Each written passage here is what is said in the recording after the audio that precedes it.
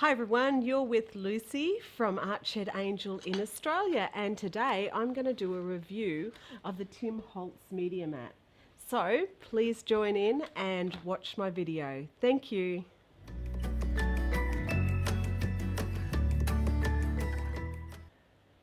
Okay, so when I bought the media mat, I was actually thinking to myself, is it something that I'm actually going to really use and really like? I tend to have a self-healing mat, and then I've got a silicone mat, and I've got all these different mats, Teflon mats that I have under my work. And there's never been anything I really loved. So I thought, let's give this media mat a go. So I'm going to take you down. First of all, I'm going to say to you, if you like my videos, I would love you to subscribe to my videos in the future. So I'm going to be doing lots of product reviews and also lots of videos on how to do things. So please subscribe if you like my videos. So there's another thing that I'd love you to join, and that's my Facebook group with Jolene Payne, which is live art journaling and self-development. And there will also be a link below so that if you want to join, you can. We do 2 free videos every week in the group, and you can come on live with us and watch the videos. There's so much to see. So let's not waste any more time and go to the video. Okay, so I'm an art journaler. I do card making, I do lots of different media techniques, and I really was looking for a mat that I like. So this is the Tim Holtz mat. It's tempered glass. It's quite a thick piece of glass. I'll just tilt it up. And it also has rubber feet underneath it. Now you'll see that I have a mat underneath it, and that's the mat that I've been using before, and that's a self-healing mat. Kind of didn't like that a whole lot. Now this fits beautifully because most of my journals are this big, or even if they're a double A4, they still sit nicely here. This mat has measurements, which is probably less important for art journalists, but if you want to cut things out and you want to make sure they're square, it's a great thing to use. So we've got the middle here, and the measurements go out to the sides, and that's kind of good because the measurements are also centimetres as well as inches. Really important for us here in Australia to have centimetres as well as inches. And on the right hand side, this is probably my favourite part, we have a palette. Now it's glass and it's white, and one of the reasons it's white is so that we can mix paint and things on it, and that works really well. And the other thing that's fantastic is this Teflon palette that it comes with, which I've been using for lots of different mediums, and it just washes off. So you can wash it off with a baby wipe, which is something you can use, or I've been using a cloth. So I just wash this all the time. These are actually bamboo baby wipes, but they're not good for the environment anyway. So I tend to use a wet cloth and keep wiping it. And also I have a dry one to dry it off afterwards. So what other things do I think are useful for this mat? So I love that the mat is glass. I also love that it is easy to cut on. So I'm just going to find my set square, and I found it really nice to be able to line things up and cut them out. And it leaves no mark in the glass whatsoever, which is really great. I didn't want to have something that left marks. Now at the moment I don't have my camera lights on because when I do the videoing and the mat is open like this, it does have a reflection. So if you're wondering it's a little bit darker than I normally would video, that's why it's like that right now. So what I want to do now is show you some just simple things that you can do with this mat. Now again, it's really great if you would like to subscribe and see more of our work. Make sure you subscribe, and you'll see lots of different things that I do in my future videos. So first of all, the great thing I like about it is it's very easy to stick something down to the mat. Probably even easier than when I use my self-healing mat. So I like the fact that it's glass and it's going to be easy to pull this up, and I'm not putting it on straight. So if you're bit concerned about things being accurately straight. I'm very, very sorry. So I'm just going to put this piece of card down. So, and then I'm going to spray it with some it's watercolor paper, and I'm just spraying it with a little bit of water, and then I'm going to put some blobs of acrylic ink on it. So I'm not going to put too much. And I want to do this in kind of ocean colours because I want to stamp something on it in a minute as well. So I'm just going to do some greens and yellows, and this is Derivan acrylic ink, which is found, you can purchase in Australia. You can purchase in other places, but it is an Australian company. So I've also got a spray that I've made up myself, and I'm just going to put a little bit of this kind of oceany colour. Now I do have,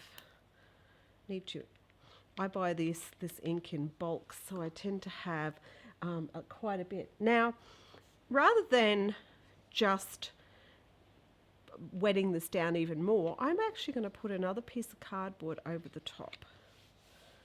And I'm going to get my blending that way, which gives you two pieces.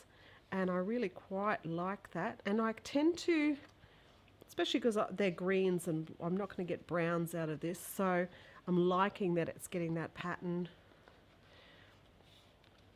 So this is just a great way of doing some really nice backgrounds.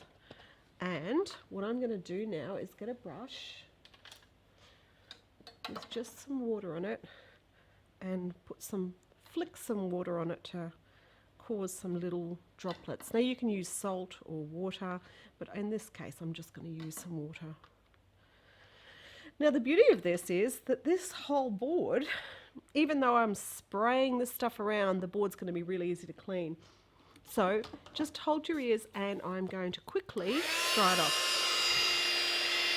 Wow, there's something really satisfying, isn't there, in just squishing ink around. So I'm just going to wipe this away. Again, you could just wipe it away with some other paper, and I'm just wiping my surface clean so I don't stick my arms in it. Now that's just about dry enough. So I'm really liking this background. So I want to stamp a turtle over the top. So I've got this turtle stamp from my previous range when I used to have Lucy stamps. I think it's still available through Kazaz though. Now I'm going to use a nice squishy ink pad because it is a big stamp. Now this is quite a textured piece of paper, so it is a little bit harder to stamp it, but we will give it a go.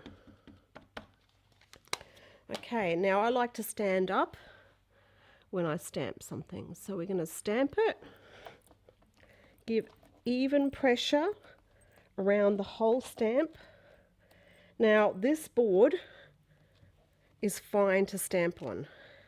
And we have our turtle stamp. So you can see by standing up you're actually getting a really nice result. So I now have my turtle on here, and I can mix paint and that on here as well. But what I'm going to do now is take this off. I'm just going to give this a little bit of a dry because I'm using, the ink that I've used is VersaFine, which is okay for watercolouring. This is acrylic ink, so it dries, and when it dries you can colour over the top of it. So I'm going to heat it. Now some people have said that the mat gets very, very hot when you're actually heating it with the heat gun, but I haven't found it to be too bad at all. So I think it really depends on how long you heat it. So, you know, I don't heat very, very long. Okay, so now I'm going to choose some colours that I think will go with it. So I really want his shell to be sort of ochre colours and oranges and things like that. So I'm going to put my colours here, because because this is quite damp, if I paint straight onto or colour straight onto there, it will sink right in because it's actually watercolour paper. So this is a great way of doing watercolours I'm just going to give it a little bit more green. So then I'm just going to pick up my colours and take them over to this area.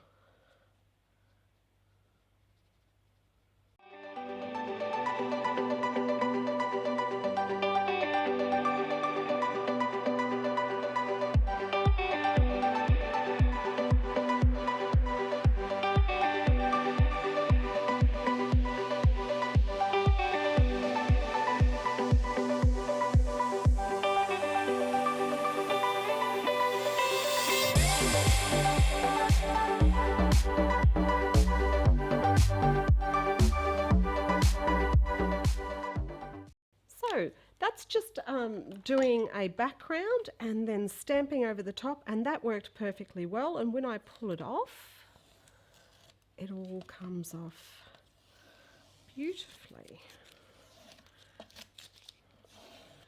Now I stuck this one down after I'd actually coloured it on our background, and we've had no problems at all using this on the board. Stamping on the board was great. The colouring on the board was great. The board is still beautiful and clean. I only need to give it a wipe with a cloth, like I said. Now the other thing that I like is that I just spray this and I can just run my paper through it. And I've been getting my watercolour paper and just tearing leftover bits, and I'm keeping on colouring it and ending up with sheets of the watercolour paper. So that works really well. The other thing, just let me put these pens away, that I liked was that you can put this here, and this is our palette, and with your palette you can get some of this modelling paste. Now I'm just using white modelling paste and I'm just mixing that on there. Now you didn't see that, I actually made a mistake. The StazOn was way too dry when I stamped it, so that's the one with the edge. You're probably wondering that. Now I'm going to do a background with this, because I thought, well, why throw it away? Just because it's a misprint doesn't mean you can't use it. And I'm going to mix a bit of my Dylusions acrylic paint in with it, with my modelling paste, because that gives me colour. And I love this. It's such a nice surface to, well, it just feels good to, I don't know, sometimes I just like things that feel really good to work with. So I'm just going to use this, and then I'm going to get my stencil so that I don't waste this. I'm just going to put my stencil over the top. I'm going to hold it down nice and flat. Now the other thing I could do here is I could sticky tape it to the bench, which would make a lot more sense. And I'm just doing modelling paste. I'm really enjoying modelling paste, and this is a great stencil. It's ends up with a nice leaf effect. So make sure you clean it off good. And look at that. We've retrieved that piece of paper. Now I'm going to put a little bit more here. And I'll probably get some of this modelling paste on the glass, but it really doesn't matter. So you can see there, that's another use of this paper. Use some more so you don't have to waste it. It all scrapes up. I hate waste. So here we go. So I'm going to put that over there, and I've got this bit of paper here that I used for something else, and I'm just going to rub that over this here. If you've got a scraper or a credit card, you can use up your modelling paste. And with the modelling paste, you can then do things like do textures in them. So because I hate waste, I love this, that we can scrape it all up and It's such a great surface to work with.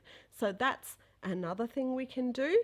So I've got bits of paint that I've picked up. I've got this to clean off. Now I would end up, if I was using my self-healing mat, I would end up with an absolute mess, and I would have needed to be very careful with getting this off. Now I just don't want to get my computer.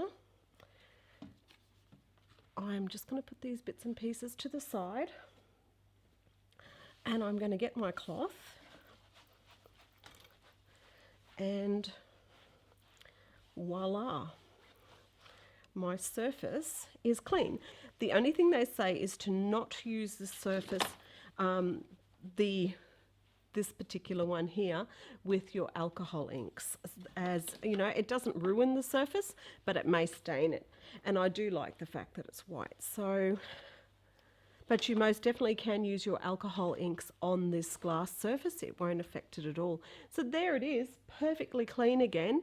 And I'm ready to do whatever. I can cut some tiles. I can do all sorts of things. And I will, I think once this is all dry, I will put together some mixed media projects. So you can see there, mixing your modelling paste. And other thing that I've just worked out is really, really great is I love my jelly plate. And the jelly plate sits there so nice and firm. Or you can put it over here. I kind of like it over here because it's white and I can see what sort of colours I have happening, and I can put this mixing palette here.